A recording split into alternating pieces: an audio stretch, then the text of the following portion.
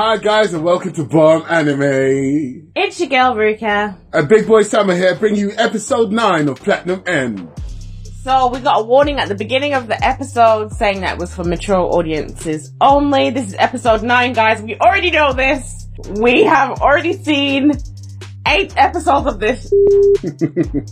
Yeah, I was here for it. I was like, oh my god, this is gonna get deep. Maybe like Paranoid Agent vibes deep. I don't think this episode was that much worse than any of the others that we've seen before it. I don't think we needed the extra warning. We got introduced to a new character, the one that we saw at the very, very end of the last episode. Hajime, he is one of those people who, I'm sorry if you guys don't agree with this, but he's too far gone and should have just been allowed to die. There are people that are too far gone. Yeah, I agree that there are people that are too far gone. But I disagree that he should have been allowed to die because he seems like the character that's about to make everything a whole lot better. And I'm here for it. So he wants to be the disciple of Metropoliman. He wants to be his servant. And so he has set up this trap. He found out who Metropoliman was, something that our guys were unable to do, even with PIs and everything looking into it. He also found out who Makaido was, found out his family, found out his phone number, went to his house, took his pregnant wife and child, trapped them, ripped up the dresses that were made in the last episode. Wow. He does stupid things and does really brilliant things. I don't understand this character, and I don't understand him from an actual sense. I get him in terms of the story. He's been written brilliantly so far. He's what back in the day they called idiot savants, where they're brilliant at certain things and incapable of most other things. His tracking ability is better than an army of PIs. Let that sink in. He tracked Metropoliman. He tracked Makaido. The only people he hasn't tracked is Saki and Mirai. But if he put his head to it, I'm pretty sure he could. Also, for some reason, he's got a sword. That already makes him pretty cool. So, I kind of wanted more carnage this episode, personally. I wouldn't use that term to describe him because I don't think that he is bad at others. I think he's pretty much a normal person, except for he is very talented, obviously, in tracking. He even found out about Metropoliman's sister, managed to get DNA sample from this guy who is very perceptive and aware of things that are going on around him. I think that he's just a very talented person in terms of tracking, but the only thing that was going against him was obviously he is extremely unattractive, extremely ugly, including voice. But the thing that was working against him the most was obviously his low self-esteem, because that is really what was holding him back a lot. Of course, yeah, everyone was saying that he's gross, and obviously his mom didn't help things by busting it open for pay and allowing everyone at his school to know. I mean, come on, be discreet. If that's your job and you've got a kid, but his whole school doesn't need to know what you do as your job. Like, some jobs, you don't need to, like, necessarily tell your kid's school. I'm just saying. The whole school knows because some of them daddies are using it. Oh. So. Oh. And. Oh. That's why the whole school knows. I'm pretty sure she didn't pull up an ad saying, hey, by the way, I busted open the pay. Like, you get what I mean?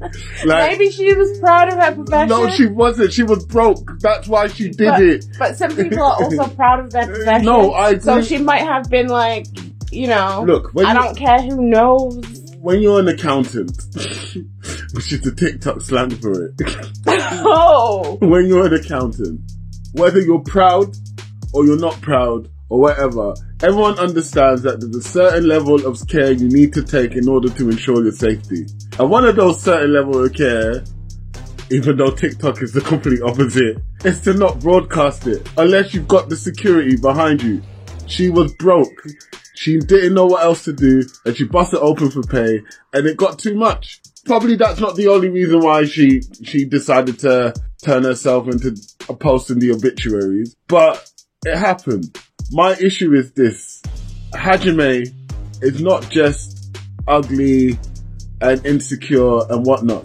He's also entitled. The entitlement is what is the most ugly part of his character, in my opinion.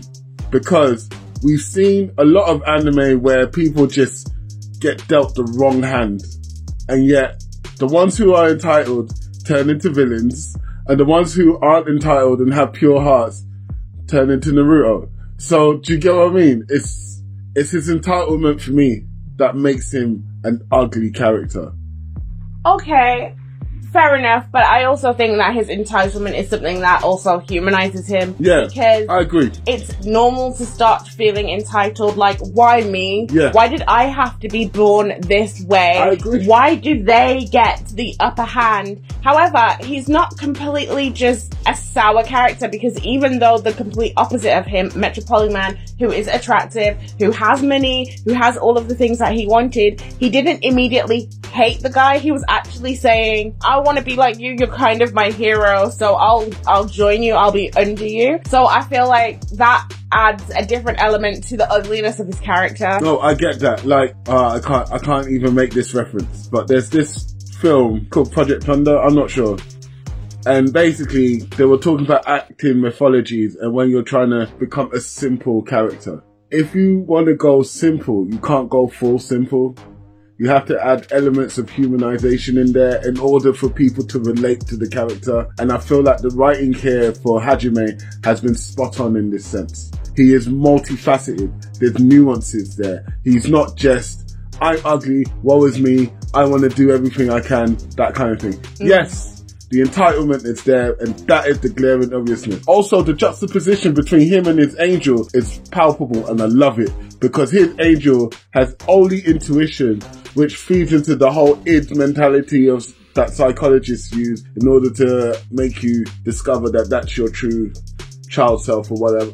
I'm not a psychologist. I just read up on it sometimes. But what I'm saying is that the fact that you've paired someone with intuition with someone who has nothing and is entitled is a great disaster for creating plots and stuff. And I am so here for Hajime. He's not my favourite character, but I like him.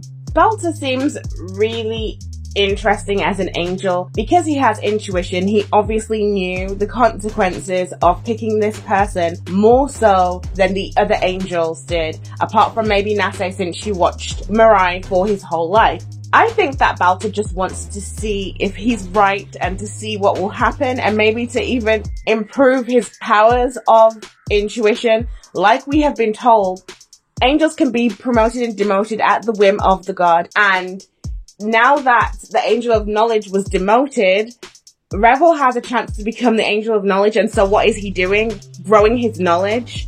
So their powers can actually be grown. So I wonder if he's actually doing some of this as well to improve himself and make sure he stays as a special rank. He has great intuition, so he will have more of an idea of what the god is going to be thinking in terms of promotion and demotions. His power is actually very interesting to me. I didn't get that, but that's an interesting take on it. What I got was an angel who doesn't care and wants to see the world burn. Because he goes, look, if you follow this dude, humanity might be nearly extinct. I don't care.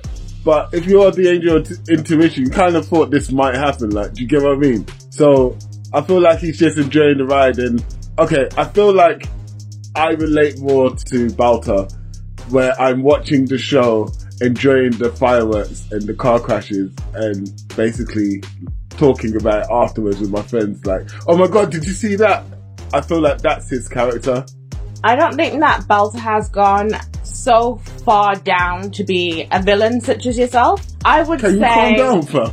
I would say that although, yeah, he might not mind what happens either way, he still doesn't know, like, his intuition isn't perfect. The power of seeing the future. Yeah. And every time someone else makes a move, what's going to happen changes. So he is just watching what's going to happen, yeah. But instead of villains like yourself, I don't think he is necessarily waiting to watch the carnage and enjoying the things that are happening, such as yourself and Metropolitan. Whoa. I'm worse than Metropolitan, like, I think, personally.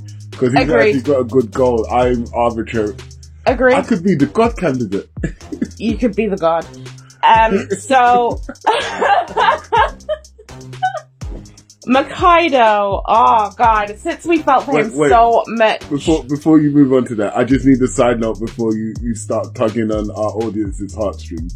I'm a little bit still salty about how Makaido kind of insulted me a few episodes ago, where he said that good people wouldn't want to be God. So, yeah. You know. Makaido. You get what you get in it. Your family gets taken in it, I'm just saying. Makaido has great sense of character. He understands people truly at their core. Can you just carry on now? So, as I was saying, Makaido has had his family taken away, and after seeing that emotional episode last week where he was expressing his need, his desperate want to just protect his family and to see his daughter grow up, and then we have his family taken away. This is not the story I want to see. His family better survive. He might not, but his family better survive because, like, they're the best side characters of 2021. Okay, look. Based on impact. Look. On the main characters alone. Listen, yeah. Okay. If his family survives, no one learns anything. If his family dies, there might be internal conflict between Makaido and Mirai because of Mirai's super pacifist nature and inability to stand in the way of his family being slaughtered or taken advantage of. This might be necessary in order to move the plot along in a more interesting favour. I feel like Makaido's family has to go. I think you just want to see them die. It's got nothing to do with Mirai actually getting stronger. As I was saying, villains such as yourself just want to watch the chaos. His family don't need to die, I disagree. And you disagree with what? Look, that you're the villain, or you disagree with something else? I disagree that I'm the villain. I agree that I do want chaos and carnage. Like, this is what I signed up here with Platinum End, and they are not disappointing. I agree with that. However, I do strongly believe in terms of plot, it would be poignant to the plot for Makaido's family to die so that a little bit of a resentment is built between him and Mirai because Mirai won't pull the F-King trigger. That's not needed. That would overcomplicate everything because there's already so many things coming at them and we're on episode 9. This is obviously not going to be resolved by the end of the season, but having the conflict between the two of them, it just doesn't make any sense. It's just not needed. Makaido's also going to pass away soon, it seems, from the information that we've been getting. Let his family live. Like, just let his family live. Or you can take their place.